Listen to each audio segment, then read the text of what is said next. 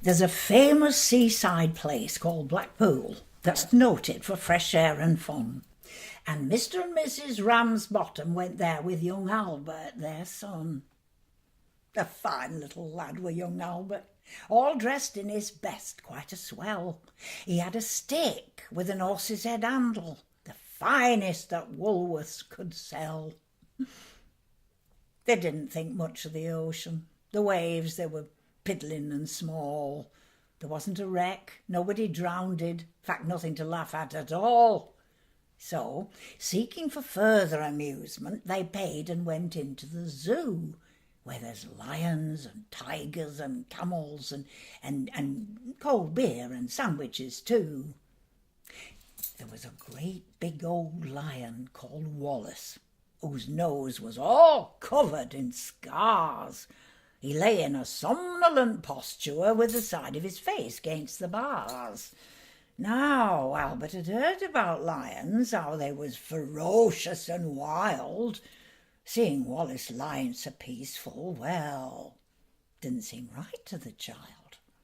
So straightway the brave little fella, not showing a morsel of fear, took his stick with the horse's head handle and poked it in Wallace's ear.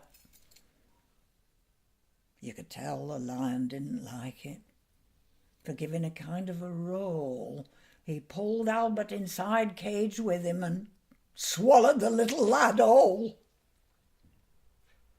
Now, Pa'd seen the occurrence and didn't know what to do next. He said, "Yon lion's just eaten our Albert."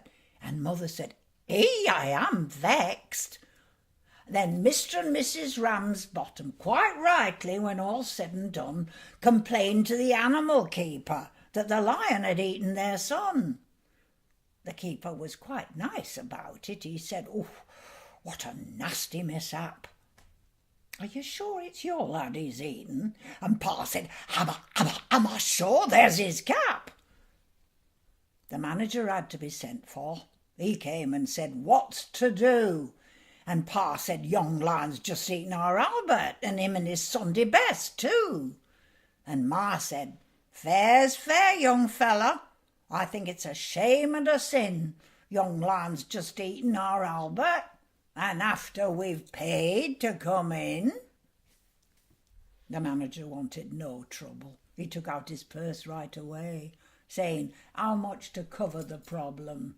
And Pa said, "How much do you usually pay?" But Ma, she'd turned a bit awkward, knowing where her Albert had gone. "No," she said, "someone's got to be summonsed." And that was decided upon. So off they all went to the police station in front of the magistrate chap. They told him what had happened to Albert and proved it by showing his cap. The magistrate gave his opinion that no one was really to blame, and he hoped that Mr. and Mrs. Ramsbottom would have further sons to their name. At that, Mother got proper blazing. "Well, thank you kindly, sir," said she. "What, spend all our lives having children to feed ruddy lions? Not me!